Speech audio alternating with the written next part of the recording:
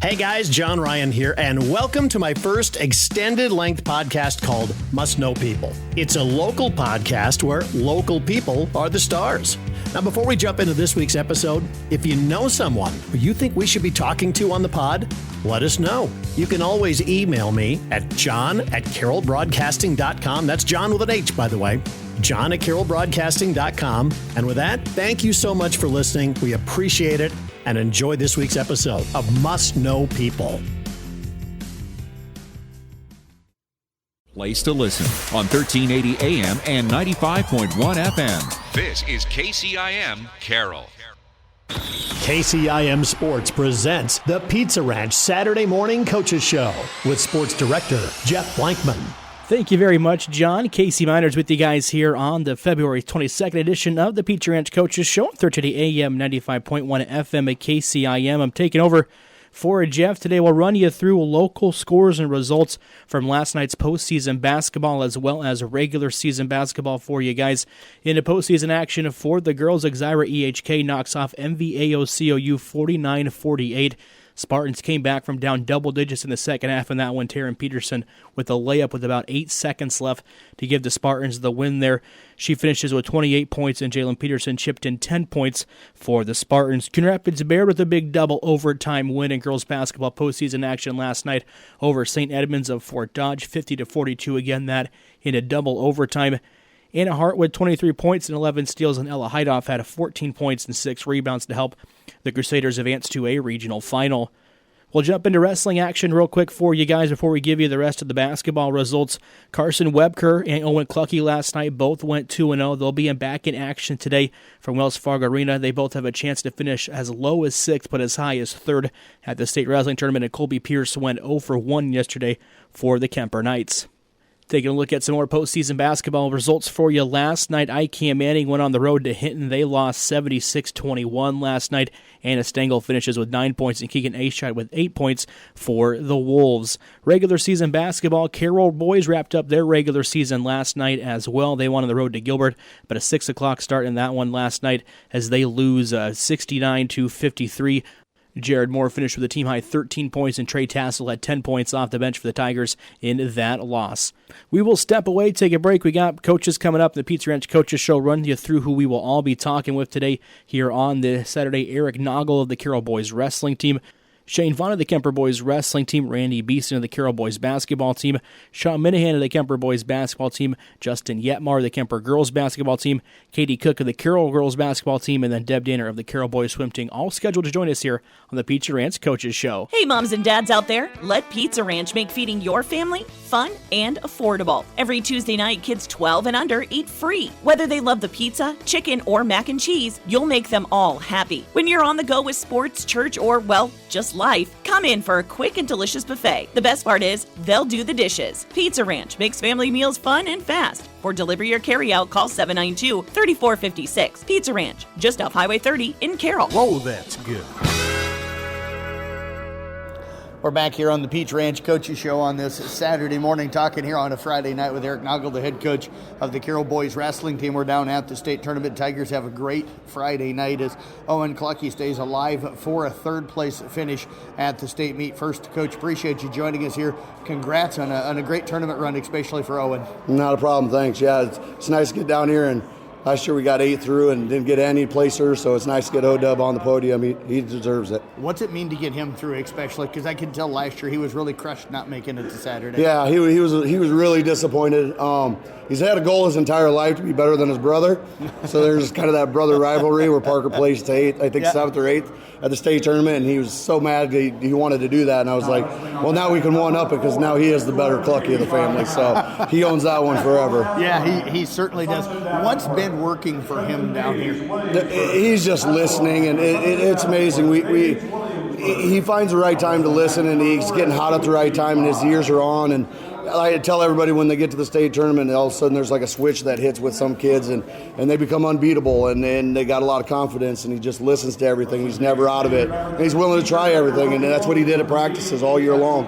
Willing to make adjustments, spending the extra time, working all the other things he had to, those types of things. So he did he did the typical right thing to get whatever he deserved from here on. So I know when I talked to you before the round on Friday night that there was a concern you had the number 2 kid in the state in that fourth round consolation. Mm-hmm. I sensed a quiet confidence though in you with what Owen could accomplish. So in talking with some of the coaches afterwards and talking to him, he followed the game plan. It sounded like to a T. Yeah, him and Taylor did a great job. Taylor's done a great job with him all year, and Taylor did a great job this time scouting, and him and O-Dub are just clicking. And when you get that brain thinking on the same level, things become good. And O-Dub's great when he can just relax and wrestle. You know, when things get tight, he's probably not the best kid to put in that situation. But right now, they just have confidence in each other, and everything's going well. So we're just riding it while we can. 2 other guys came down as well and stuff. Michael Rowetter, Quentin Polking. Yep. What did you see from them guys? I know Quentin was a little bit disappointed, probably wanted to get a little bit further. Yeah, Quentin come out that first match, and that one was hard. That one was tough. I think I probably took it harder than maybe he did or any of it, but you know, he bounced back that next morning and seemed confident when he got ready, kind of relaxed a little bit. So maybe he was too uptight. Maybe I was uptight with him. I don't know. He seems to be better when he's laughing and relaxing, and then he came out and got a win on that one, and then lost a tough one that next round, and you know, kind of ended it shortly than what he wanted. And Quentin's been wrestling hard all year, and he's. I'll put money. He's one of the best in the state. I'll put my money against him every day. He's a guy I'm gonna take to battle every chance I get. He's one of the most explosive kids I've ever had. We just got to get him to believe in what he's doing and get that confidence and put some time in and go get it. And then Michael coming out, you know. Probably didn't have the best draw, probably didn't have the best situation, but I tell you what, he wrestled his rear end off and did everything that he needed to do and got some confidence down here. I think that kind of built him up a little bit.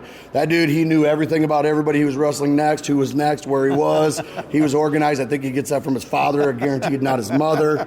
So that was a good thing to see, and I'm proud of him and excited for what he's going to do. I think he got a taste of the bug, and now he's jacked up. So both of them are excited for O-Dub, and the feeling's nice. So that now they know that energy of what it takes to get to the next spot and put yourself on the podium. And I thought the great thing for Michael, I talked about him with that in one of my video interviews with him yesterday, kind of battled some illness and everything, and, you know, missed some time this year. To be able to come back and get down here tells you the character of that. Yeah, he's a tough kid, and you know, I mean, his dad's a head football coach. You better be a tough kid, you know. He's been raised as a tough kid his entire life, so I'm not questioning his toughness. And when you battle some injuries, sometimes you get down on the dumps, and he never did. He just put his work boots on and got back to work and did everything that he needed to get here, and now he knows the feeling. We just got to do the next step in the off season to make the next step. So, what's the plan for O-Dub for tomorrow? He's alive for third. I know that's the goal. That's the goal, baby. Win the next one and move on. That's all we can do. We can't look forward. Just got to take the next match in, get a good night's sleep tonight. He's feeling good, and hopefully he's relaxed tomorrow morning. We can go bang one out and keep the community happy and come back with a third place. If not, we'll come back with whatever podium or medal they give us, and we'll go from there. So. Well, Coach, as always, appreciate you joining us here on this Saturday morning. We get to talk again next week about how O-Dub did on Saturday. So looking forward to talking to you again here soon. I appreciate it. Thanks. And as always, go Tigers. Head coach again, Eric Nagl, again with the Carroll Boys Wrestling Team, back with more on the Pizza Ranch Coaching Show coming up next here on KCIM. Hi, this is Dr. Rick Gotting. Join me here on KCIM at 10 o'clock on Sunday mornings, where I talk about orthopedics and whatever else really comes to mind. We have a good time on the show, and we would like to invite you to join us. Listen this Sunday morning at 10 a.m. right here on KCIM for the St. Anthony Hospital Orthopedics Show with Dr. Rick Gotting. For more information about St. Anthony Orthopedics, go to stanthonyhospital.org or call 794-5536. Back here on the Pizza Ranch Coaches Show, talking with Kemper head wrestling coach Shane Vaughn right now, who's joining us really down here at the state wrestling tournament. Shane brought 4 guys down here. Kobe Pierce had a heck of a run. You guys had a nice showing down here, but congrats on a terrific run down here at the state tournament. Yeah, thank you. All kids came down and competed hard and performed well, and I know a couple are pretty disappointed with coming up a little short, but at the end of the day, they wrestled their butts off and have nothing to hang their head about. Let's start with Kobe. Got into Friday night, ended up falling in that fourth round consolation. Had really wrestled really, really well down here. What stood out for you about the way he performed down at the state tournament? His confidence. I mean, he came into it not really caring about who was across from him or any prior results, anything like that. He came out and just match by match got the job done and was aggressive, and he did what he needed to do down here and came down and got after it. So nothing but good things to say about his effort this week. The one thing that really stood out to me is every time I did a video interview with him afterwards was he talked about, what he learned from you going into every match and putting that game plan together. That connection, it seems like you guys grew. Did that start early in the season, or did that kind of build towards the state tournament?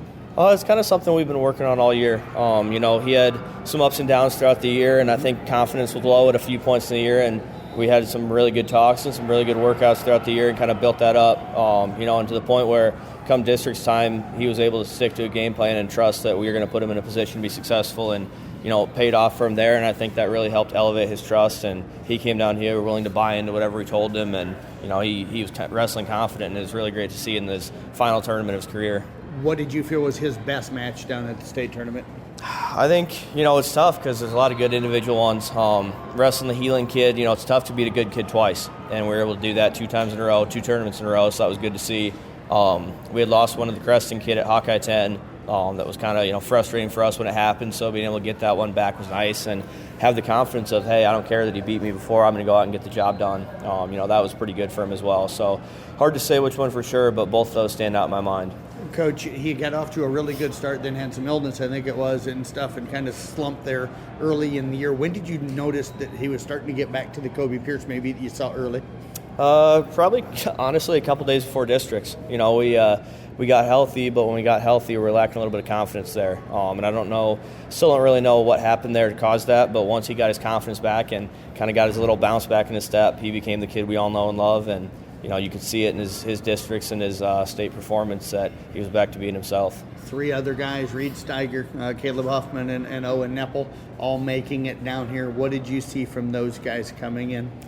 Again, a lot of confidence. They were all wrestling really well, putting together some of their better performance of the year at districts and at the state tournament. So that's what you want. You want your guys peaking and wrestling their hardest at the end of the year when it matters most. And so that was really, talk about Colby getting one back on the Creston kid. Reed had to avenge 2 losses just to get down here from the district tournament. So talk about a kid, who puts the work in and trusts the process and gets the job done. And Owen, coming out, qualified as a sophomore, came up a little short as a junior, so being able to get back down here and end his career at Wells Fargo is pretty awesome for a kid like that. He's put a lot of work in for the program, and it's really good to end it down here on the state mats for him. And then Caleb, he's got experience down here. He comes out hard. He's capable of scoring a lot of points, and it's really good to see him getting back here. And I know he's hungry for next season already and ready to see what he can do in his final run at it.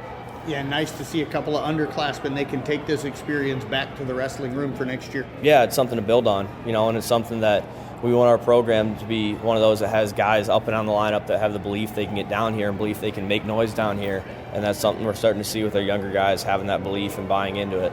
Shane, a strong season. You don't get full wrestlers down here without it, but it was one of those, you guys battled so many illnesses throughout the year that in a way it was kind of an up and down type of a regular season, I felt, for you guys. Yeah, this is, my 6th year here, one of the most challenging from a coaching perspective, and some days we'd look really good, some days not so much, and a lot of things out of our control with illness and injury, and then a lot within our control with just like confidence and a few technical oversights that we had early in the year. So we definitely had to put a lot of work in, but the kids were awesome. They trusted, they bought in, and when things got hard, they responded well. So it was good to see that from them. And, like I said, I just really think we did our best wrestling year at the district and state tournament just as a team.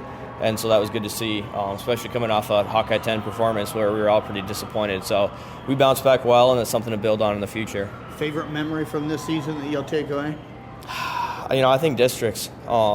It was a long, we had that 2-week break between Hawkeye 10 and districts, and we had a try in there where we competed all right, but there was a long time, and like I said, Hawkeye 10 didn't go the way we wanted, and so there were a lot of questions and a lot of uneasiness as we headed into districts, and I didn't know what to expect. And the kids showed up, and just one by one were wrestling their butt off and getting after it, and it went about as well as we could have hoped for. So that was really good. Like I said again, good way to end our year. What do you hope the guys that are going to be coming back and the new guys coming in next year, what do you want them to be doing in the off season to be prepared? Just find a way to compete, find a way to hopefully get mat time, get in the weight room. But even the guys that, wrestling might not be their primary, get on the track, get on the soccer field, go play baseball, play football, run cross country, do things to stay active, stay in shape, build that competitive mentality, and then while you can, find a way to get on the mat and get in the weight room. Keep developing as an athlete, mentally, physically, all that, and take all of our Kemper programs to new heights. Well, Shane, I tell you what, it's always a lot of fun catching up with you. I appreciate all the time all season long. Congrats on a tremendous season, and looking forward to next year already. Yeah, appreciate it. Thank you very much. You bet. Head coach Shane Vaughn again with the Kemper Knight wrestling team. We're back with more on the Pizza Ranch Coaches Show here on KCIM. This is Cody Erickson, president of the Carroll County Cattlemen. The Carroll County Cattlemen's annual banquet is Saturday, February 22nd. Join us starting at 5:30 at the Arcadia Legion Hall with an amazing prime rib dinner catered by Lauderdale Country Store. Stick around for door prizes, a program starting at 7, and a live auction to follow. Tickets are $30 at the door, or they can be purchased at Carroll Vet Clinic. This year's annual Carroll County Cattlemen's Banquet, Saturday, February 22nd, starting at 5:30.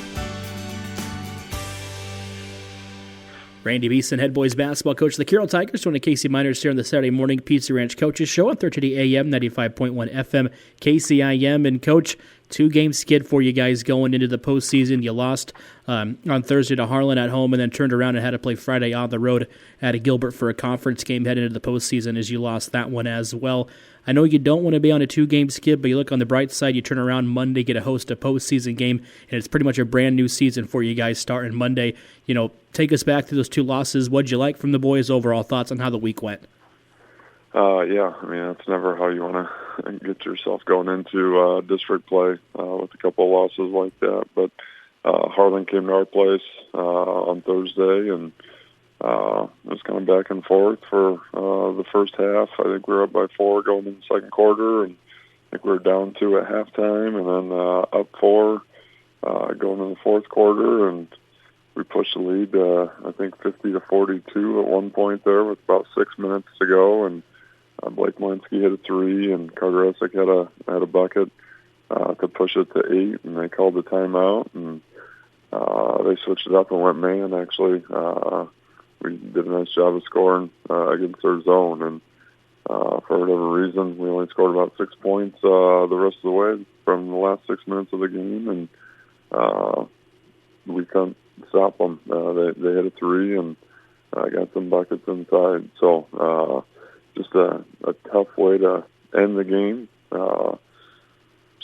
just on both ends of the floor. We didn't execute down the stretch, and had some good shots at the basket and just couldn't get them to fall. And they made their shots and made their free throws down the stretch. So cut it to within 2 points there late in the game and had a chance, and had to foul late, and they made all their free throws. And so that was a tough one on Thursday night. And then Friday went to Gilbert against a really nice team. We'd beaten them at our place the first time without their starting point guard. And it was kind of a game of runs as well, and kind of back and forth. We got down by 8 at the end of the first quarter, and then got it to within 2 or 3 there in the second quarter, and down 4 going into halftime, and then they started the second half on about a 5-6-0 run.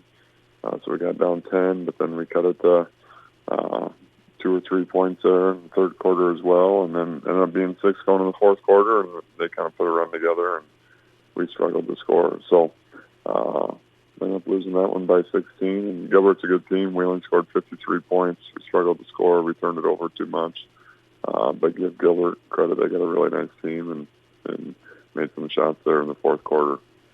Despite the 2-game losing streak for you, Randy, going into the postseason, what did you see out of both those games that gives you encouraging signs, when Monday does roll around? What did you see on the offensive end that you liked, and even on the defensive end? That's a good question. I mean, offensively, we had some guys step up and make some shots. I mean, we struggled to shoot early against Harlan, but we ended up making 10 threes in that game. And, Stone had 2, Mac had 2, Trey had 2, Blake had 2.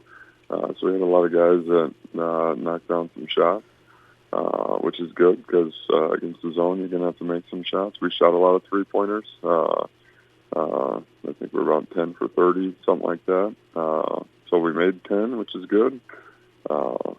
Defensively, we just have to be more consistent. I mean, they kind of beat us up inside, and they made 11 three-pointers themselves, but they scored 62 points. So I wasn't really even upset with the threes making that many, but we knew one of their best shooters shot a good percentage and made a bunch of threes on the year, and he ended up making 6 against us. So a little frustrating knowing that a shooter, we know who he is going into the game, and he gets loose and knocks down 6 of them. So we'll have to get better defensively of identifying their better players and making it tougher on those guys, and hopefully making the guys that aren't used to scoring a bunch of points and being the focal point of the offense, make some of those guys step up. So defensively, just got to be a little more consistent and do the little things well. And offensively, it's the same way. We got to be disciplined. We got to be able to run our stuff and be in the right spots and share the basketball and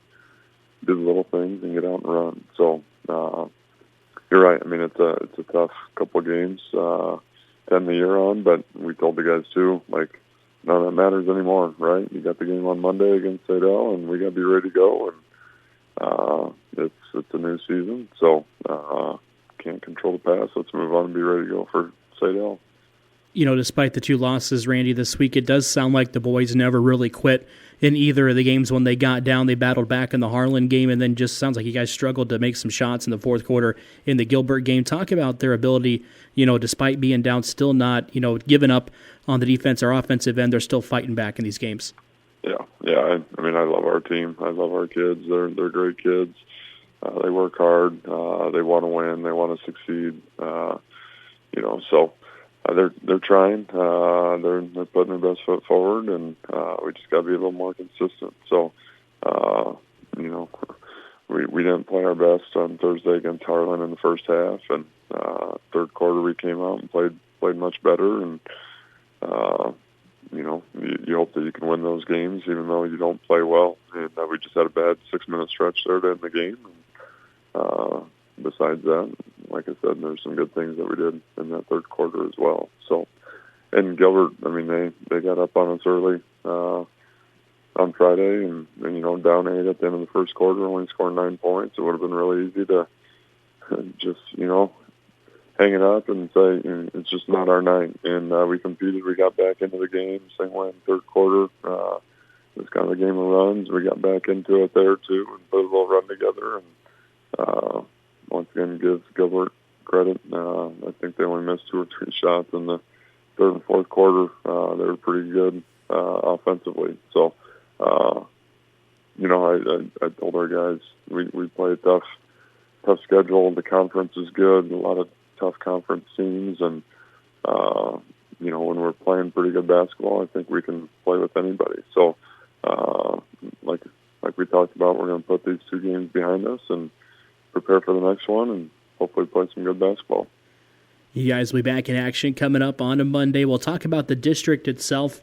If you win, you're going to, more than likely, depending on how stuff lays out, take on Storm Lake in the second round in the semifinals, and then Gilbert, Winterset. Some other teams you've seen are in the bottom half of that bracket. I think Algona and Humboldt, the other 2 matchups in that bracket for you as well. Overall thoughts on how you feel your district plays for you guys? I think it's going to be a very competitive district, but a district where you've seen teams throughout the season that you've also beaten this year. Yeah, you're trying to get me in trouble. We always go 1 game at a time. We're worried about Seidel. Their record's still very similar to ours, and you watch them on film, and they got guys that can make shots. They're long and lanky, and they play a little zone. They'll switch it up and do a lot of different things to try to make them comfortable. So we'll have to take care of the basketball. We'll have to be good defensively and identify shooters and get that first rebound. And they like to get out and run too, so we'll have to get back and play good defense and make them earn it in the half court and see what happens. But Storm Lakes, that's an opportunity to play them. We have a chance to play Gilbert, probably on the bottom side, or Humboldt. We played against them at the Pride scrimmage early on in the year. At that time, they hadn't played much basketball because they were just coming off of football season. But I tell the guys it's 1 game at a time. When you start talking about who you want to see or who you want to play and all that, you forget to focus on the game at hand. But we've beat Storm Lake. That's their 1 loss on the year. We beat Gilbert once, so if we see them down the road, hopefully our guys have confidence that no matter who we get matched up against, if we play our kind of basketball and play good defense and share the ball offensively, that we have a chance to kind of play with anybody. So, but that doesn't mean anything unless we're ready to go for Monday. So we're going to try to have a good day of practice tomorrow and make sure we're prepared and see what happens. Randy, those are the only questions I have for you. I want to thank you for joining me, and good luck coming up the rest of the week. Congratulations on getting to play Saydell on Monday. Yeah, thank you. Appreciate the coverage. Hey, moms and dads out there, let Pizza Ranch make feeding your family fun and affordable. Every Tuesday night, kids 12 and under eat free. Whether they love the pizza, chicken, or mac and cheese, you'll make them all happy. When you're on the go with sports, church, or, well, just life, come in for a quick and delicious buffet. The best part is, they'll do the dishes. Pizza Ranch makes family meals fun and fast. For delivery or carryout, call 792-3456. Pizza Ranch, just off Highway 30 in Carroll. Whoa, that's good.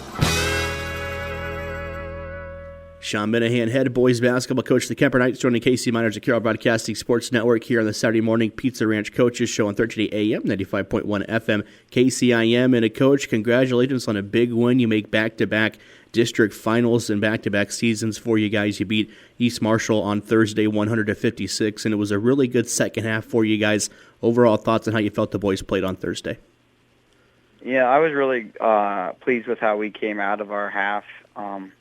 We did some good things in the first half. I thought our second quarter we had some bad turnovers and settled for some bad shots. And then I thought we did a really good job of being efficient. I mean, the 3 other quarters, I thought we did a really nice job offensively of finding great shots and taking advantage of that.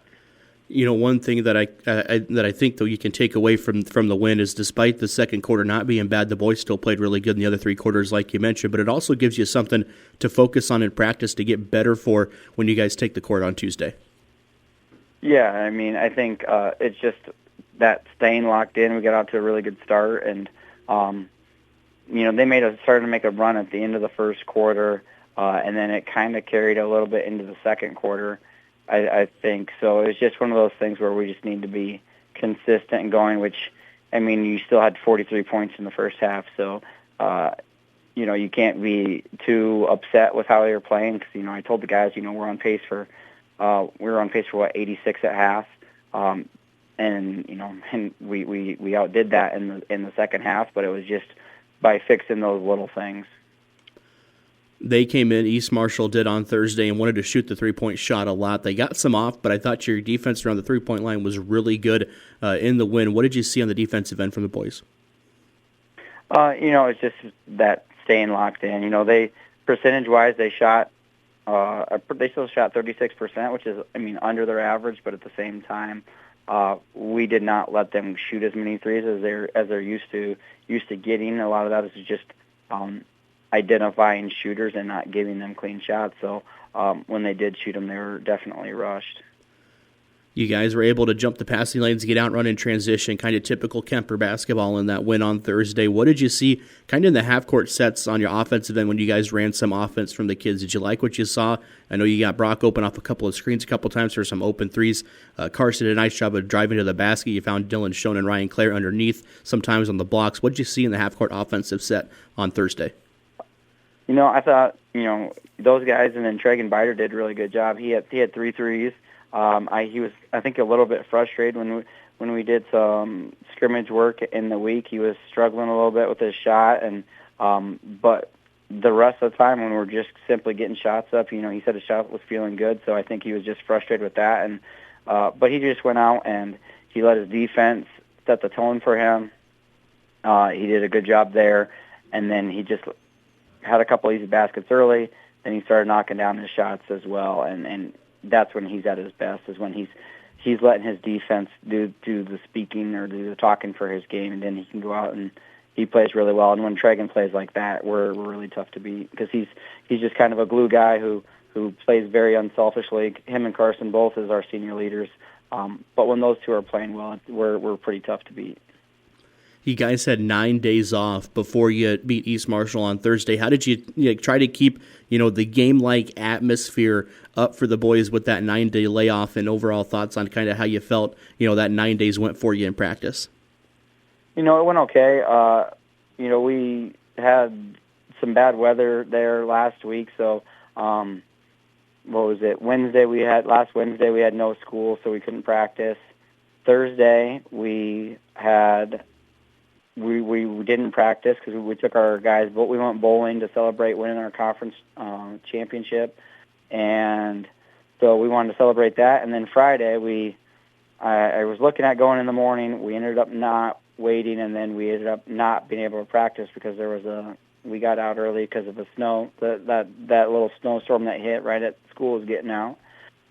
So we honestly did not practice. We played last Tuesday, so they had about 5 days off. And then we hit the ground running on Monday.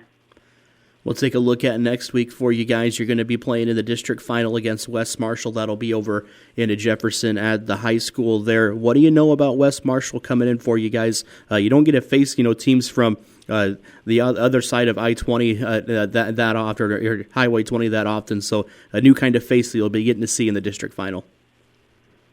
Yeah, it'll be fun.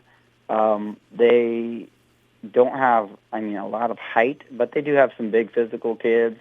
They want to bang a little bit with us or with their opponents. So that'll be different for us, a different look. But I see some similarities to some different teams in our conferences.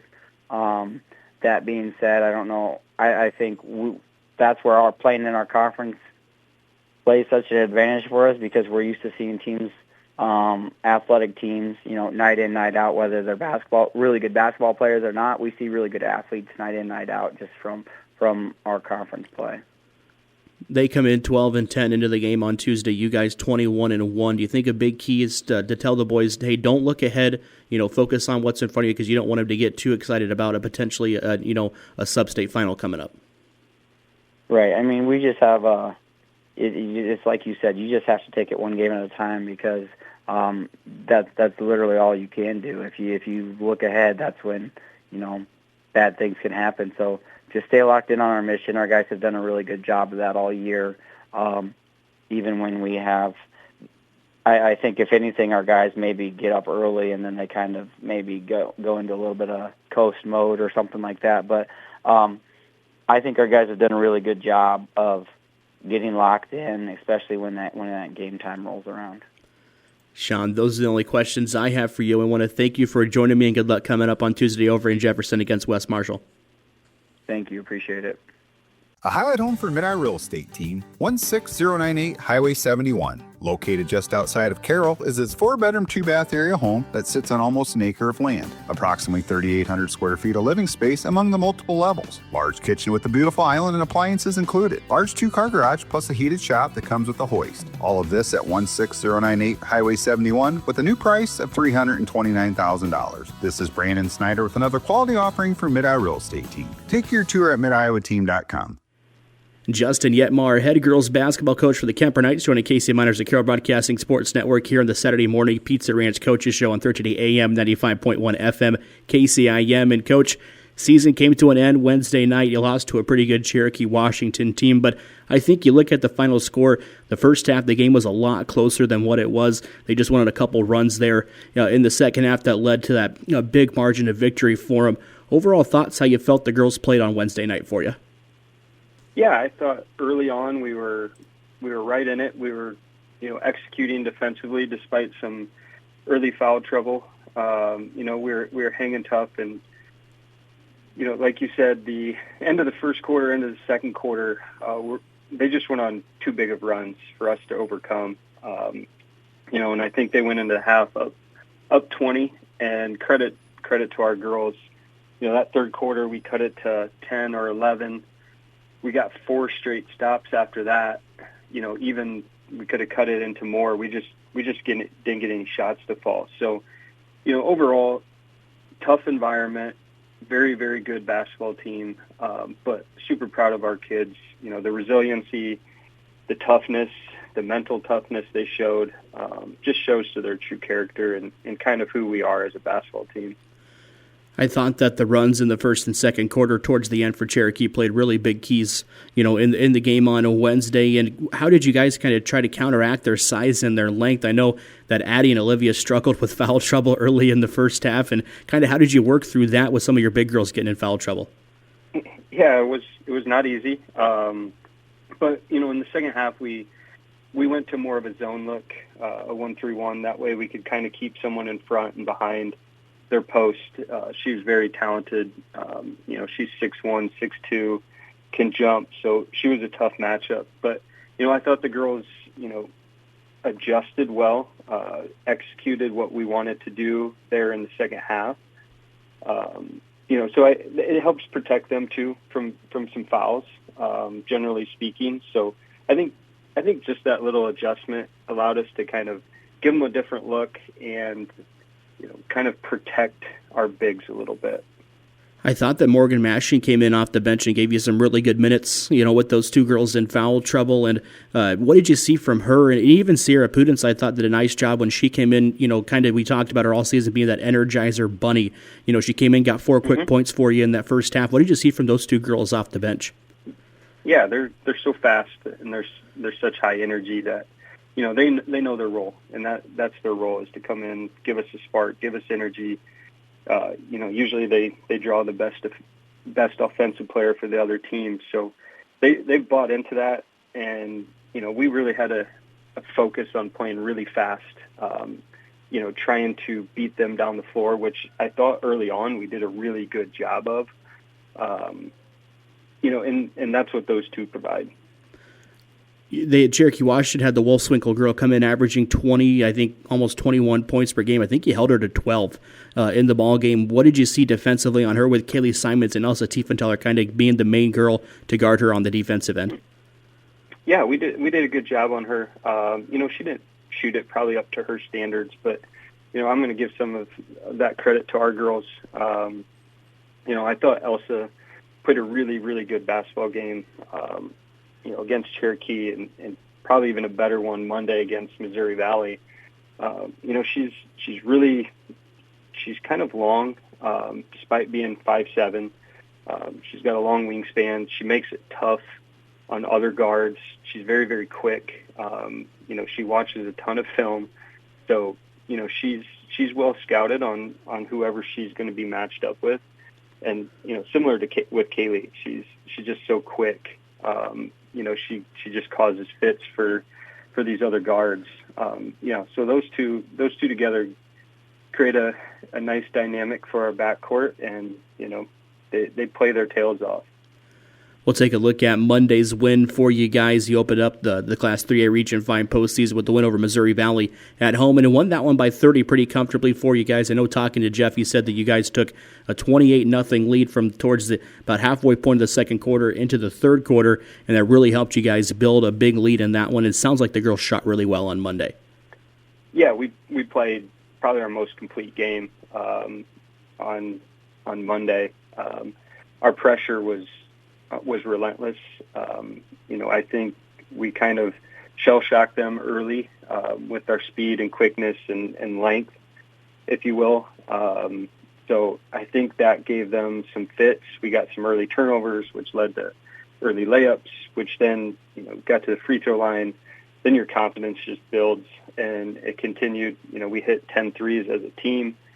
So it's that contagious mentality of, defense leads to offense. You see the ball go in the hoop, and then, we're just off and running. We scored, through three quarters, we scored, I think, 57, 58 points, something like that. So we were clipping right along. What does it mean for this program, especially in year one under you, to get a home playoff game and then even pick up a home playoff win in that, and then even get to like a regional semifinal for you guys? What does that mean in the trajectory of this program going forward? Yeah, we're really proud of our body of work this year. We had 12 losses. 10 of them came to ranked teams. So our schedule, it was very, very tough. But it made us well-seasoned. We had to grow up very, very quickly. So, the girls take great pride in that. They were excited to host on Monday. You could just see it right out of the gate. Their energy level was off the charts. And to be very honest with you, these girls deserve it. They work really, really hard. I get people talk to me, and the one thing they say is, Coach, your girls never quit. They play really, really hard.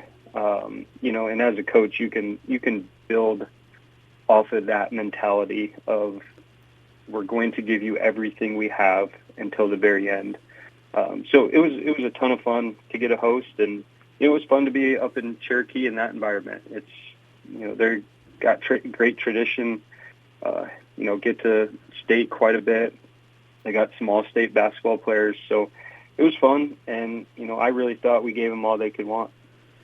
Coach, we'll take a look at the season as a whole for you guys. Again, you mentioned finished 11-12, got to play two postseason games, won your first one at home on Monday and then lost on Wednesday. If you look back at the season, you look at game 1 to even the loss to Cherokee on Wednesday, what were some of the big improvements you saw from the girls on the court for you this season? I think defensively we probably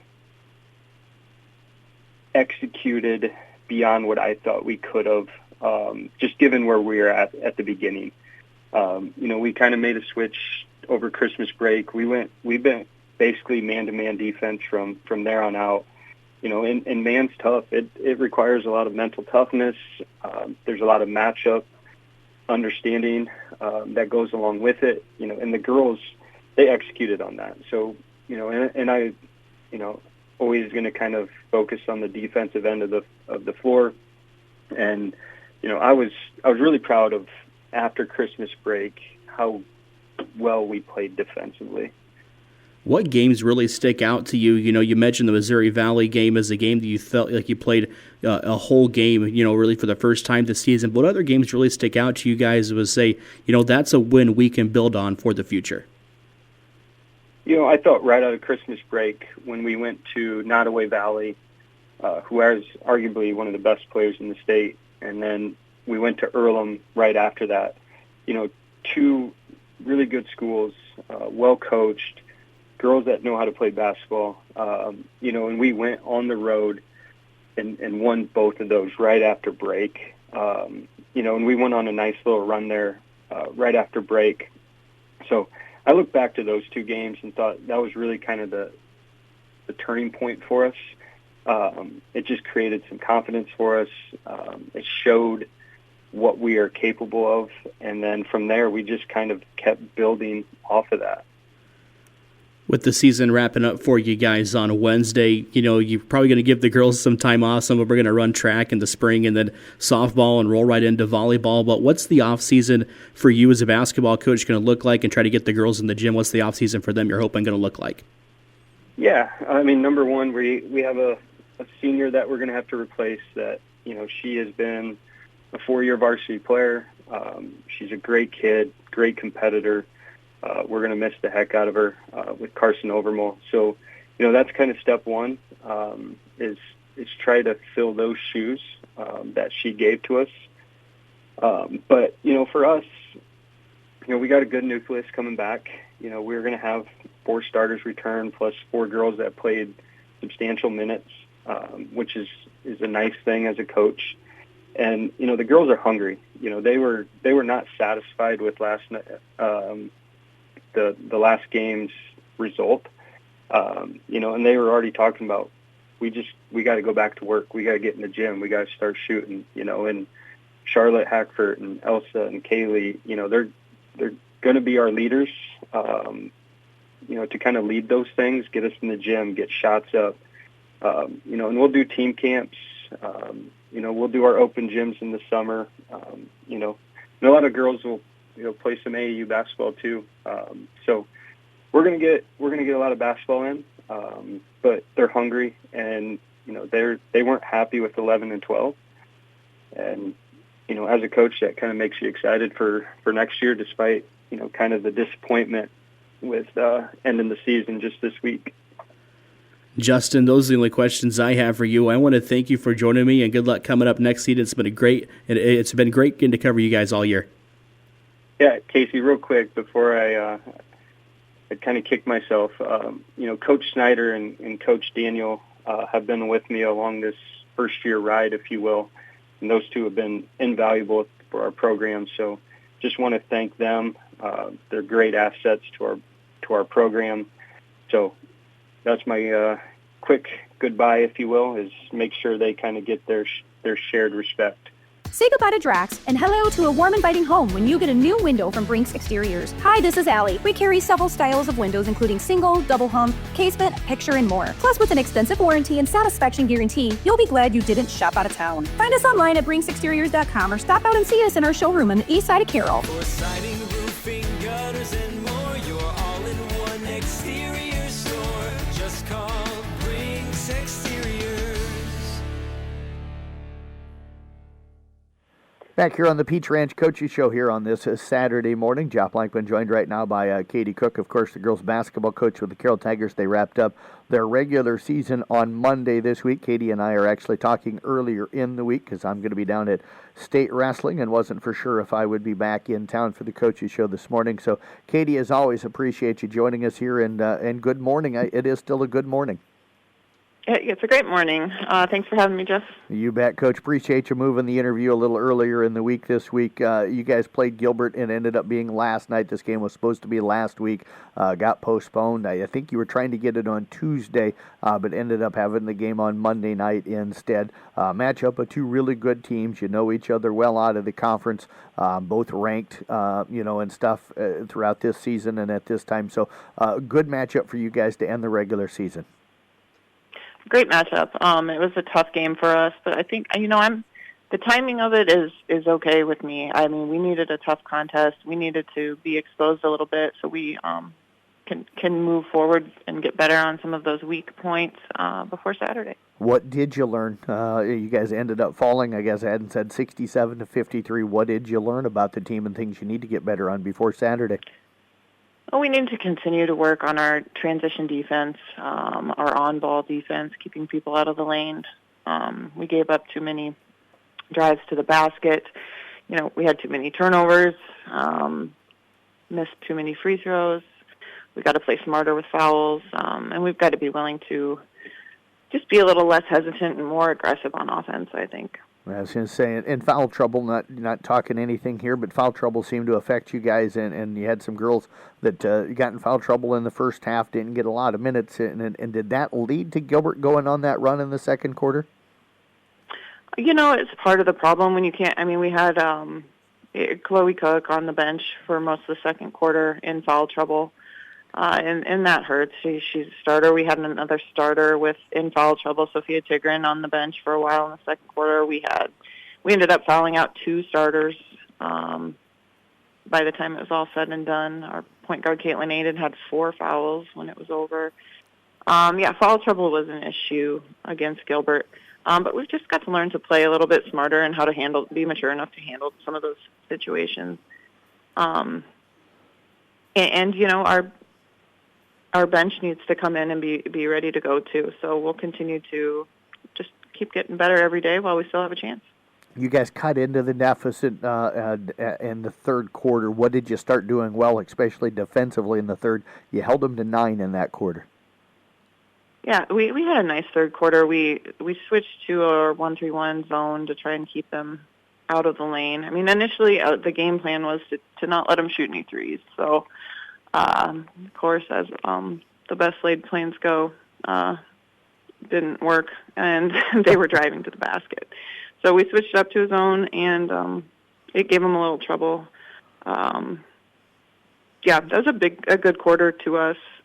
For us, it's nice to have a solid zone to go to, and the girls looked a lot better in our zone than we did in man. Who played well for you last night, whether it be on the offensive side or the defensive side? We had pretty balanced scoring. Caitlin Aiden ended up with 14 points. She had 4 3-pointers. Chloe Cook, with her limited minutes, even had 14 points. She was really strong in the paint for us, and attacking the basket from mid-range. Olivia Roletter had 9 points, 5 rebounds. Jersey Sporer started for Allie Cook, was still out with a little knee injury. Jersey had 5 points. Bella Lou came off the bench, hit a big 3. So she was really solid for us off the bench. It's nice to get some of those girls some experience that don't always get it. So Chloe and Kate tied for leading scorer. I think Caitlin had, she had 8 assists, maybe at least. So pretty strong game all around for Caitlin Aiden. Coach, you guys head now into the postseason Saturday as we talk on a Tuesday morning. We still don't know for sure who you play. It's Fort Dodge taking on Storm Lake coming up on Wednesday to determine who you host on Saturday night. We'll have Casey Miners there for sure, and depending on if we have anybody in the state finals for wrestling. If we don't, I'll be there to help with the broadcast. If we do, I'll be still down in Des Moines. So what do you know about both of the teams? You played Storm Lake earlier this year. Right. On paper, it's supposed to be Storm Lake, right? But Storm Lake, I think they're underrated, and they're a very well-rounded team. They've got a solid point guard, a great defender, a great shooter, and a great post player. They'll bring the pressure defensively. So kind of all around a handful with Storm Lake. We beat them early on in the season. We got up big early on, but only ended up winning by 4. So, if it's Storm Lake, we're looking at a dogfight. But this time of year, you can't count anybody out. Fort Dodge is a little bit more of the same. Honestly, with it just being Tuesday, I've got time to dig in a little bit more before Saturday. We're going to head up Wednesday and watch their game at Storm Lake. So it'll be nice to kind of see them go at it live. Coach, were you a little, I think we talked last week about this, were you a little surprised to see possibly Storm Lake in that, first game for you guys on Saturday? Because as you said, they're underrated. You guys have been ranked. This just seems like a kind of a really good matchup between two outstanding teams really early in the postseason. Right. But honestly, Jeff, nobody really has an easy road. You send us towards Des Moines, it's going to be the same thing.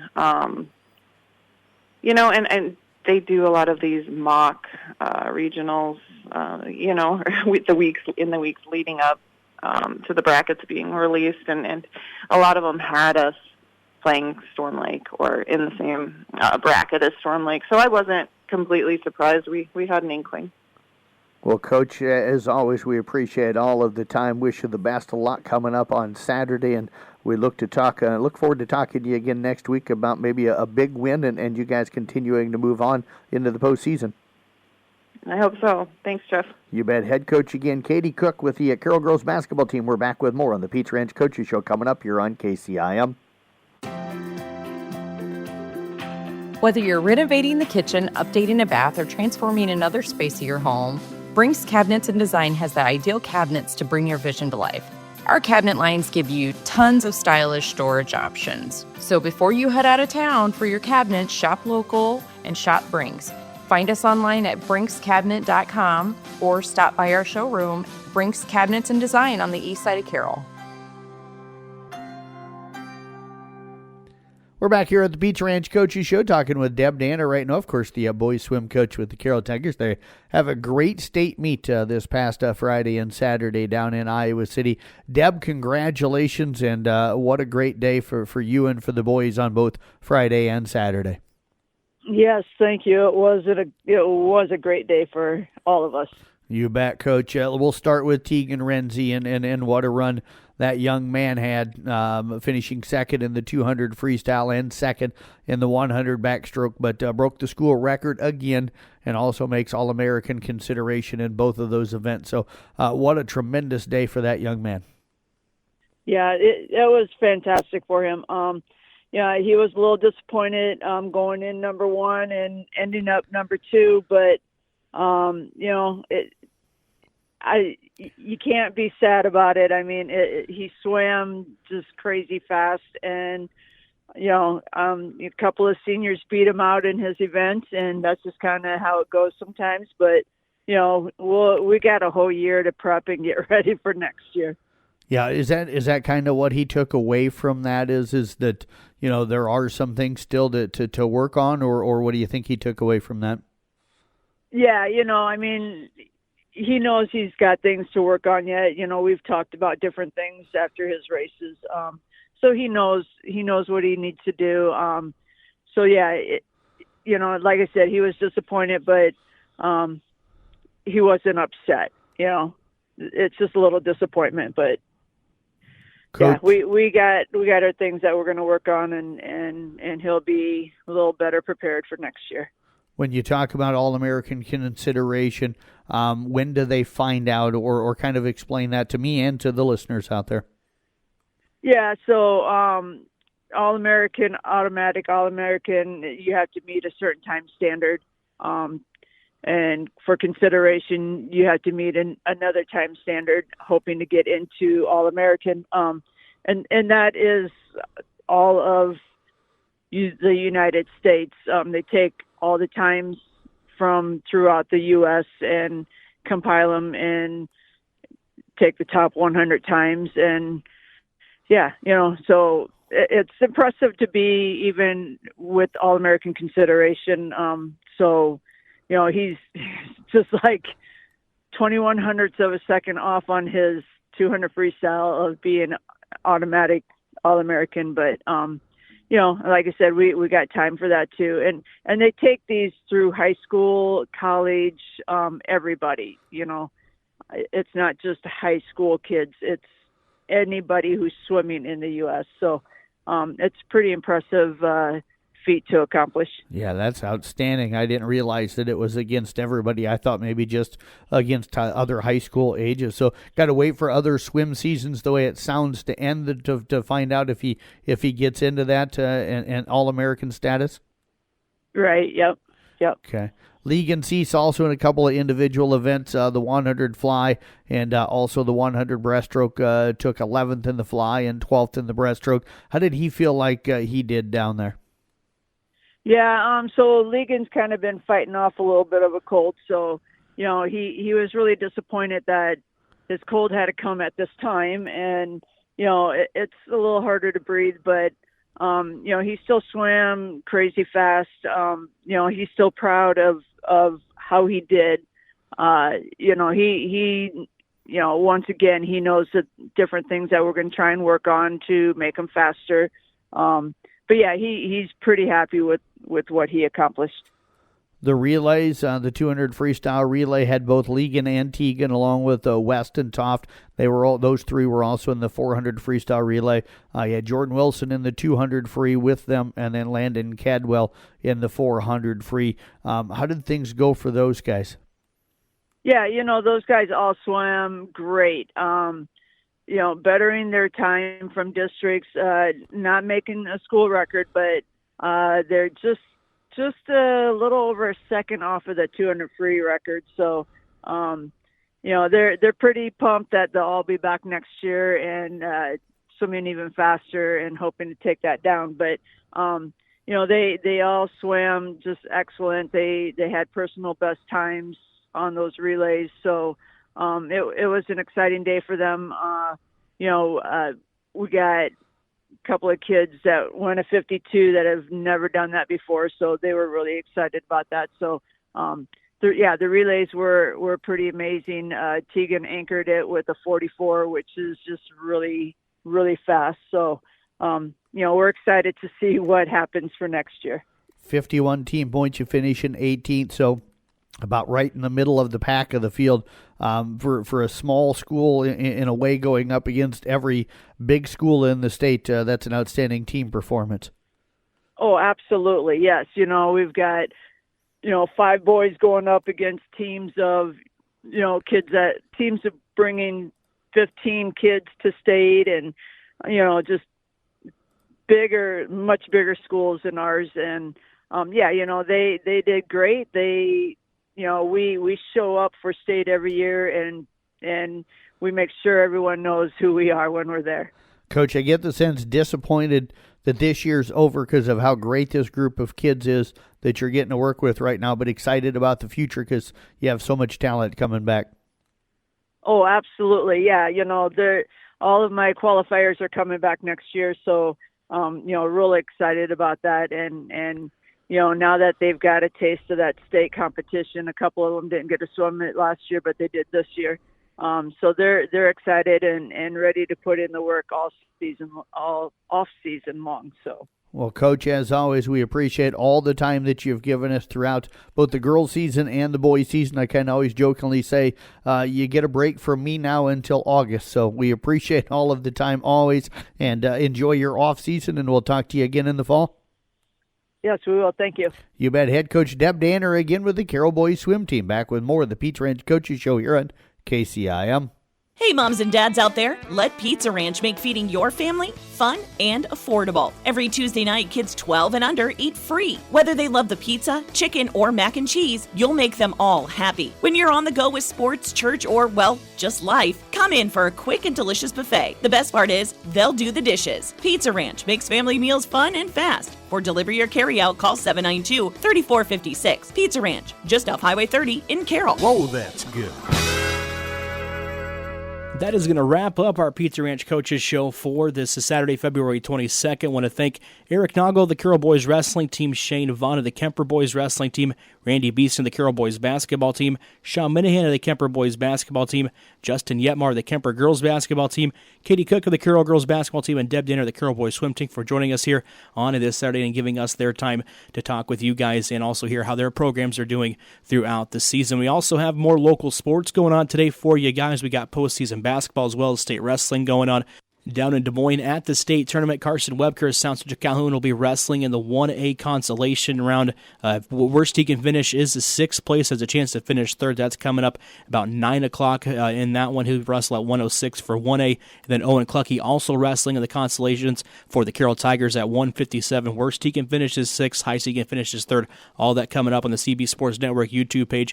Jeff Hunold as well as Bill Kane going to be on the broadcast for that. Check it out at CB Sports Network on YouTube. Also coming up tonight, the Carroll Tiger girls basketball team gets their postseason season started as they will host Storm Lake tonight. You can catch that game at 6:45 pregame at 93.7 KKRL. Thank you for tuning in, everybody.